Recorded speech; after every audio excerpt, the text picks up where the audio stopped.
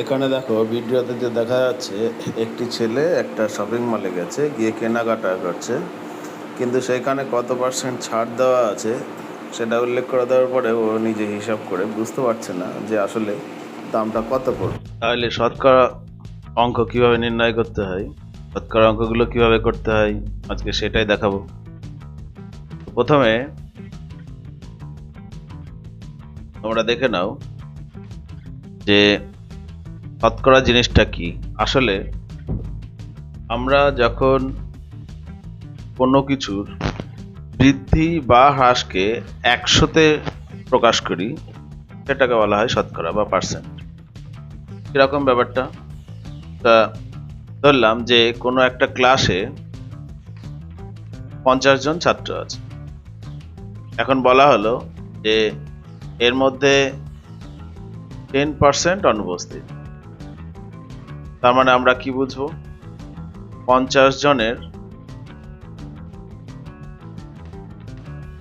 মধ্যে 10% অনুপস্থিত। এই কথাটার মানে হচ্ছে যদি 100 জন থাকতো তার মধ্যে 10 জন, এই হিসাবে আমাকে হিসাব করতে। 10% এই কথাটার মানে হচ্ছে 100-র মধ্যে 10, 100 এর মধ্যে 10। 50 জনের মধ্যে 10% অনুপস্থিত, তার মানে হচ্ছে প্রতি 100 জনের মধ্যে 10 জন অনুপস্থিত, এই হিসাবে 50 জনের মধ্যে কিছু সংখ্যক ছাত্র অনুপস্থিত। তাহলে আমরা বের করব কিভাবে যে কতজন অনুপস্থিত? এটাকে আমরা কি করব না, 50-এর 10%। এই কথাটার মানে হচ্ছে 50 এর মানে হচ্ছে গুণ, 10% মানে হচ্ছে 100-র মধ্যে 10, 100-র মধ্যে 10। তাহলে 50 ইন্টু 100 বাই 50 ইন্টু 10 বাই 100, এটাকে কাটাকাটি করলে আমরা কি পাই? 5। অর্থাৎ 5 জন অনুপস্থিত আছে ক্লাসে।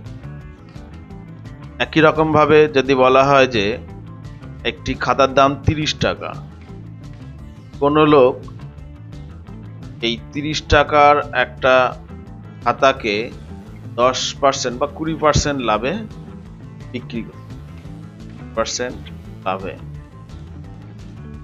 তার মানে কি প্রতি 100 টাকাতে 20 টাকা লাভ হবে, এই হিসাবে জিনিসটাকে বিক্রি করা হয়েছে। তাহলে 30 টাকার জিনিস পার্সেন্ট লাভে বিক্রি করতে গেলে কত টাকা লাভ হয়? লাভটাকে এইভাবে বের করতে হয় যে 30 টাকার 20%, মানে সোজা কথায় লিখতে গেলে 30 টাকার 20%, মানে 30 ইন্টু 20% মানে 100-র মধ্যে 20, এভাবে লেখা হয়। এবার এটা কাটাকাটি করে যা উত্তর বেরোবে সেটাই হচ্ছে আসল। আমরা 3 দুগুণে 6 টাকা। অর্থাৎ 30 টাকার কোনো জিনিস যদি 20% লাভে বিক্রি করে, তার মানে হচ্ছে আসলে সে 6 টাকা লাভে। এই লাভ বা ক্ষতি, এই জিনিসগুলো এইভাবে হিসাব করা হয়। যে কোনো বিষয়কে, যে কোনো লাভ বা ক্ষতিকে আমরা 100-র মাধ্যমে তুলে ধরি, এই পার্সেন্টেজের মাধ্যমে। 4টে প্রবলেম দেখাচ্ছি, এখানে দেখতে পাচ্ছ। এই প্রথম প্রবলেমে বলা আছে যে এটা লাভের কে, মানে 20% 20 টাকা দাম, 10% লাভ করেছে, বিক্রয় মূল্য কত এটা বের করতে হবে। দ্বিতীয় ক্ষেত্রে কি বলা আছে? এটা তো লাভের ব্যাপার। বলা আছে যে 10% লাভ হয়েছে, তাতে বিক্রয় মূল্য হচ্ছে 22 টাকা, ক্রয় মূল্য কত এটা বের করতে। 3 নাম্বার কেসে কি বলা আছে যে 25 টাকাতে বিক্রি হয়েছে জিনিসটা, 20% ক্ষতি, এই যে এখানে অ্যারোটা নিচে দিকে দেওয়া আছে, 20% ক্ষতি, তাহলে বিক্রয় মূল্যটা এক্ষেত্রে কত হবে? 4 নাম্বার কেসে বলা আছে যে 20% ক্ষতিতে 20 টাকাতে বিক্রি হয়েছে, তাহলে ক্রয় মূল্যটা কত? এইখানে যে 4 ধরনের অঙ্ক দেওয়া আছে, পার্সেন্টেজের অঙ্কের ক্ষেত্রে এই 4 প্রকারের বাইরে কোনো অঙ্ক নেই। যে দাম থেকে যে দামেই আসতে বলা হোক না কেন, যেটা দেওয়া থাকুক আর যে দাম বের করতেই হোক না কেন, লাভ বা লসের ক্ষেত্রে ক্রয় মূল্য আর বিক্রয় মূল্যের মধ্যে এই 4 রকম প্রবলেম ছাড়া আর আলাদা কোনো প্রবলেম নেই। এখানে এই 4 ধরনের প্রবলেমই আলাদা আলাদা অঙ্কের মাধ্যমে দেখানো হবে সলভ করে। ঠিক আছে, এটা মনোযোগ দিয়ে দেখো। আর এই 4টে ধরন যদি খেয়াল থাকে তাহলে আর কোনো অঙ্ক বাদবে না। পার্সেন্টেজের মানে অঙ্কগুলো 4টে স্ট্যান্ডের উপর দাঁড়িয়ে আছে। মানে কিরকম ব্যাপারটা, আমরা সরাসরি কি করতে পারি, ক্রয় মূল্য থেকে বিক্রয় মূল্য বের করে ফেলতে পারি, বিক্রয় মূল্য থেকে ক্রয় মূল্য বের করে ফেলতে পারি। আমি এখানে 4 রকমের প্রবলেম দেখাবো। 4 রকমের প্রবলেম ঠিকঠাক বুঝে ফেলতে পারলেই একটা মূল্য থেকে আর একটা মূল্যতে কিভাবে যাওয়া যায় সেটা পরিষ্কারভাবে বোঝা যাবে। কিরকম ব্যাপারটা, প্রথমে একটা উদাহরণ দেওয়া আছে।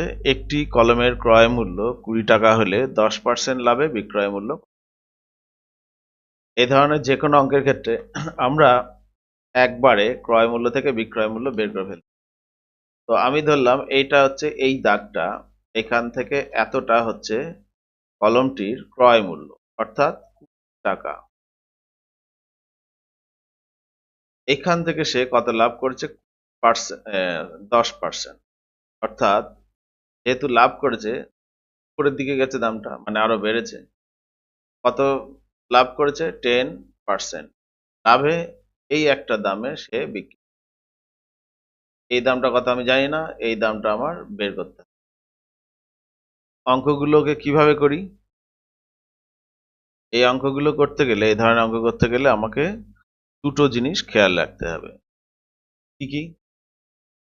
দুই রকম ব্যাপার ঘটতে পারে, হয় লাভের কথা বলা হবে অঙ্কের মধ্যে, তা না হলে ক্ষতির কথা বলা হবে। তো আমাকে দেখে নিতে হবে যে অঙ্কটার মধ্যে কত পার্সেন্ট লাভ করেছে সেটা বলা হচ্ছে, নাকি কত পার্সেন্ট ক্ষতি হয়েছে সেটার কথা বলা হচ্ছে। তো এই অঙ্কটার ক্ষেত্রে আমরা দেখলাম কি না, 10% লাভ হচ্ছে। এক্ষেত্রে দুটো জিনিস বলে রাখি, যখন লাভের ব্যাপার হবে, লাভের ক্ষেত্রে তখন আমরা কি করব, এই যে সংখ্যাটা আমাদের দেওয়া থাকবে, যে দামটা দেওয়া থাকবে, তার থেকে অপর দামটাতে যেতে গেলে আমরা কি করব, একটা ভগ্নাংশ দিয়ে সরাসরি গুণ করে ফেলবো। কিরকম না, বলা আছে 20 টাকা, এই দামটা দেওয়া আছে, এর সঙ্গে আমরা একটা ভগ্নাংশ দিয়ে গুণ করব। কোন ভগ্নাংশ সেটা আমরা এবার বুঝবো নাকি।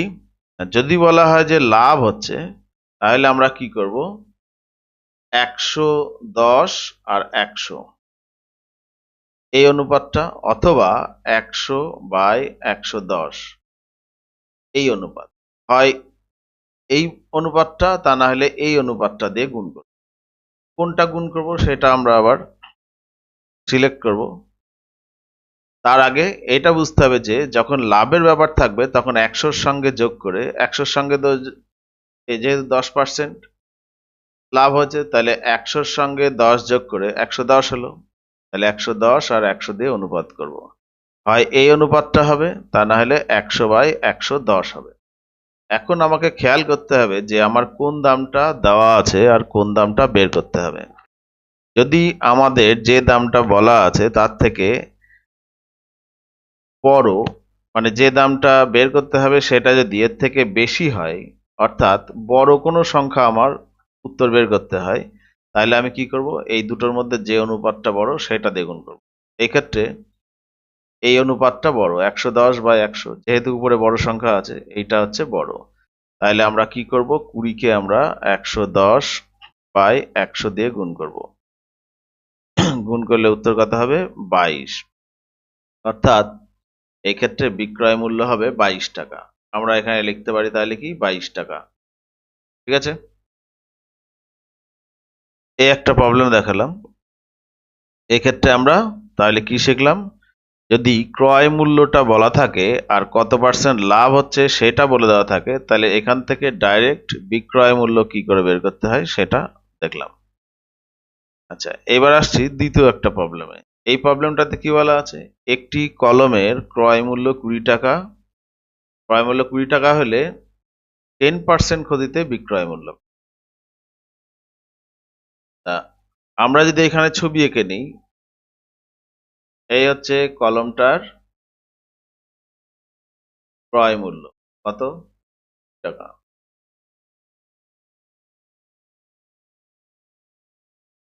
এইবার এখান থেকে কি হলো, কলমটা বিক্রি করে লস হয়ে গেল, তাহলে ক্ষতি যেহেতু হয়েছে তাহলে নিচের দিকে আরো দিলাম, দিয়ে এই একটা দামে, এর চাইতে কম দামে, 20 টাকার থেকে কম দামে হচ্ছে কলমটা বিক্রি, এটা পরিষ্কার বোঝা গেল।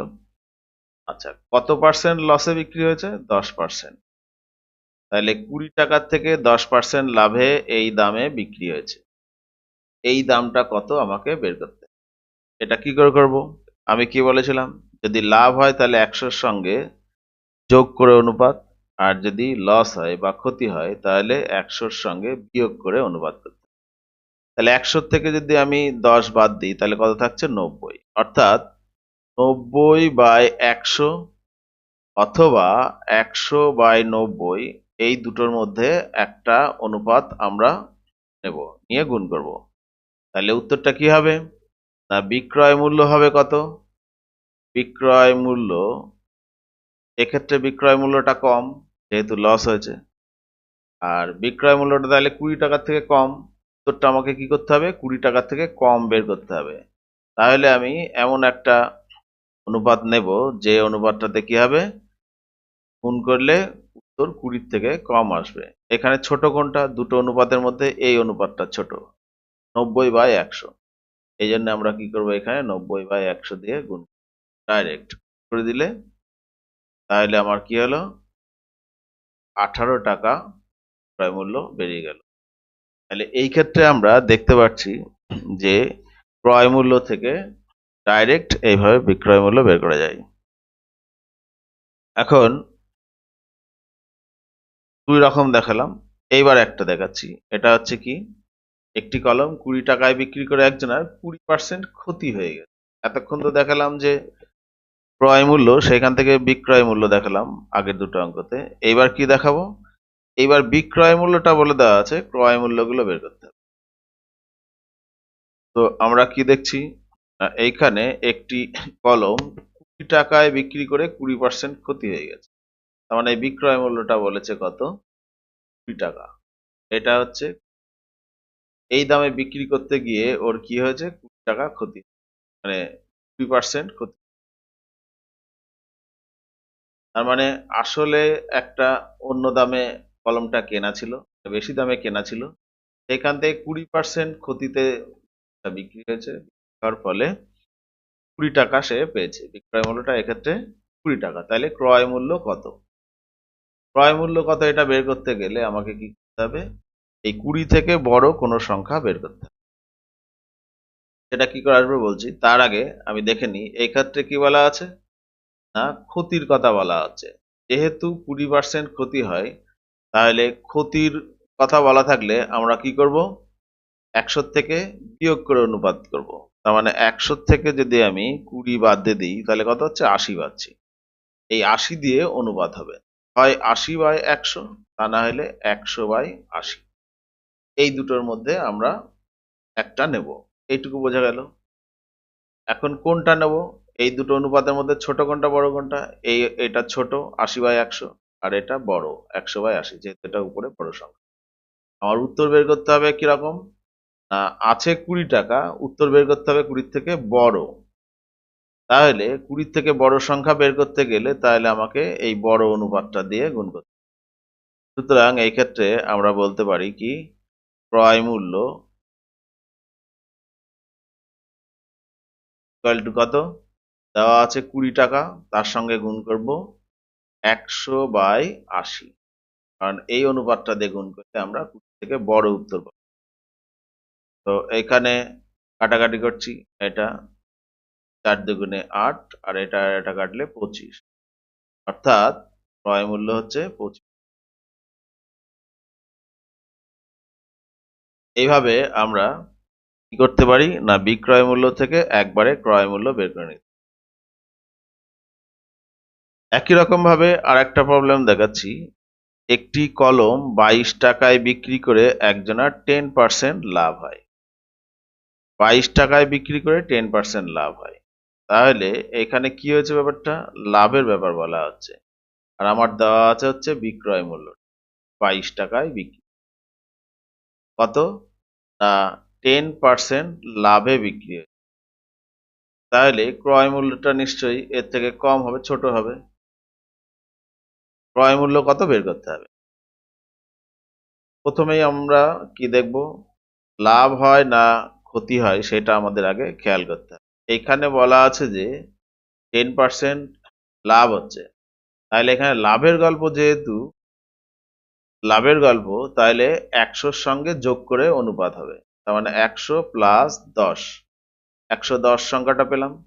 এবার 110/100 হবে অনুপাত, অথবা 100/110 হবে।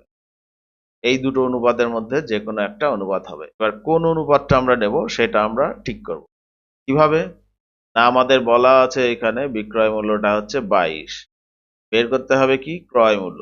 ক্রয় মূল্যটা বিক্রয় মূল্যের থেকে ছোট হবে, তাহলে 22-এর থেকে ছোট সংখ্যা বের করতে গেলে 22-এর সঙ্গে আমরা কোনটা দিয়ে গুণ করব, এই যে 100/110, এই পদটা নেব। তাহলে কি হবে, এটা গুণ করলে কত হলো, 20 টাকা। সুতরাং এখান থেকে ছোট উত্তর আসলো, বিক্রয় মূল্য 22 আর ক্রয় মূল্য হচ্ছে তাহলে কত, 20। আমি এইখানে যে 4 প্রকারের প্রবলেম দেখালাম, এই 4 ধরনের প্রবলেম ঠিকভাবে বুঝে থাকলে অনুপাতের যে কোনো অঙ্ক নির্ণয় করা যাবে।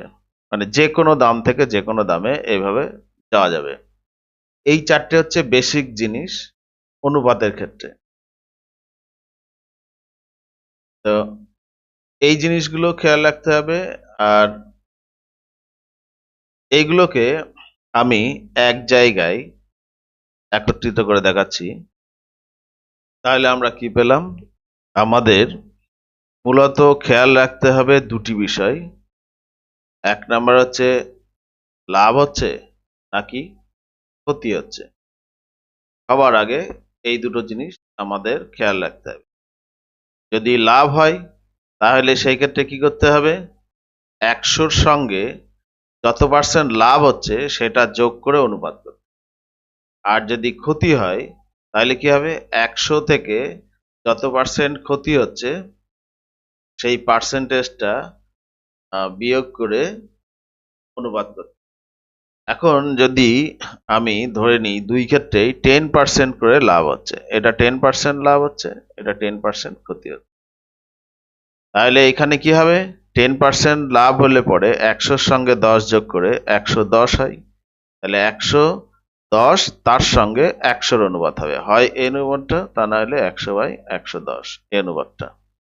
এখন কোন অনুপাতটা নেব সেটা আমরা ঠিক করব কিভাবে না, আমাদের যে উত্তরটা বের করতে হবে সেই উত্তরটা প্রদত্ত সংখ্যা থেকে ছোট হবে না বড় হবে সেইটা দেখে নিয়ে আমরা ঠিক করব যে কোন অনুপাতটা দিয়ে গুণ করব। একই রকম ভাবে যদি 10% ক্ষতি হয় তাহলে 10-এর থেকে 10 বাদ দিয়ে দেবো, তার মানে 90-এর সঙ্গে 100-র অনুপাত নেব।